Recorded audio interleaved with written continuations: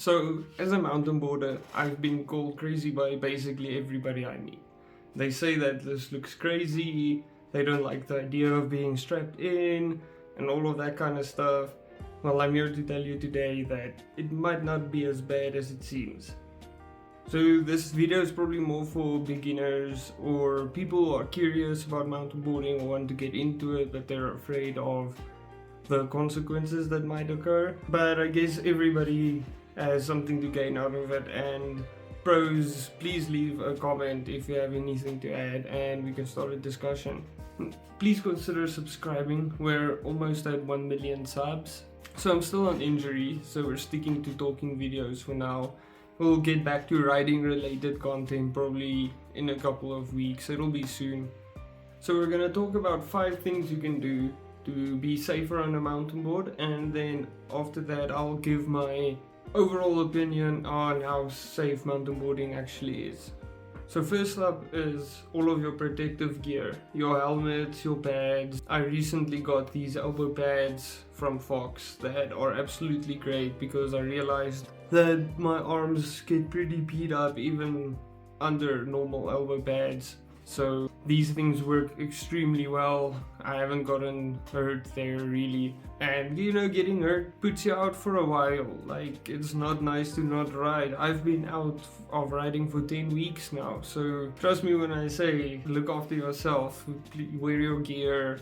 When you get hurt, take all your time off. Next up is skill and terrain. So when you start off riding, you would probably want to go to the grassiest place you can that has a slope. You can start learning how to turn, you can start learning little pops, and you can up the speed, you can up your tire pressure up until you feel more comfortable. Progressing gradually, I think, is very important, even if you just move at 1% a day. As long as you get better every single time you ride, you won. Building your skills progressively really helps prevent injuries. Next up is training and education.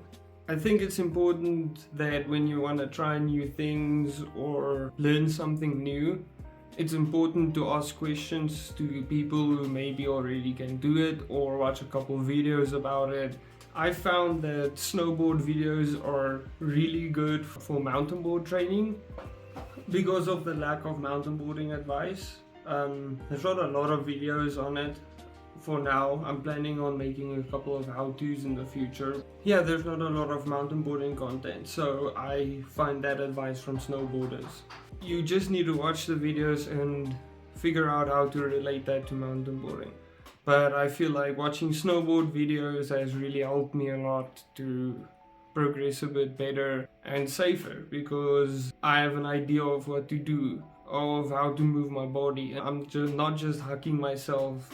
Next up is health and fitness. So mountain boarding is an extremely physically demanding sport. I think the fitter you are and probably the healthier you are, the better time you will have. It's just a thing that if you're stronger and more flexible, that you would probably get less injuries. Your body can absorb that impact. And it's also very important to stretch before and after riding, especially if you're gonna have a long session. Stretching beforehand will definitely help you prevent some injuries.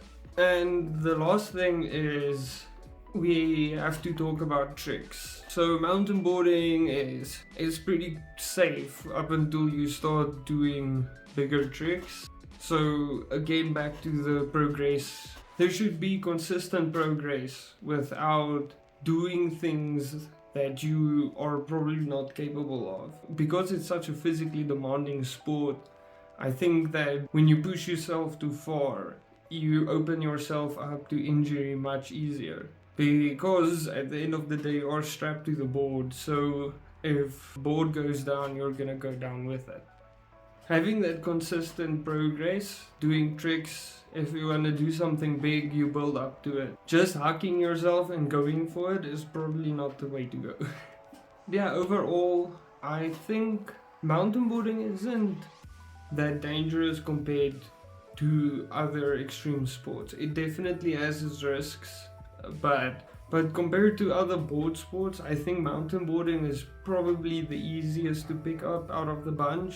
It's not one of the cheapest, but it's probably one of the easiest ones to pick up. It's a bit harder when you start doing tricks, especially when you start doing some more complicated tricks. But I think it's definitely the easiest to pick up, and as far as beginners go, I think it's also the safest. If you ride soft areas with grass that's not too fast, you can still have a good time without hurting yourself. Once you start moving over to tricks, obviously it's a different story, because you're probably going to be doing them on dirt if you don't have an airbag, but you're probably going to end up doing a lot of your tricks on dirt. So that obviously opens it up to a lot of potential failures, but that's why we wear our gear. That is why we take stuff step for step. I mean, obviously you're gonna push yourself every now and then. I can't tell anybody not to do that, because I do it, my friends do it, everybody I know does it. It's why we ride, it's fun. But progressing step for step is really, it's beneficial. And yeah, that's the video, guys. Hopefully you gained something from this. Again, if you have something to add it in the comments down below.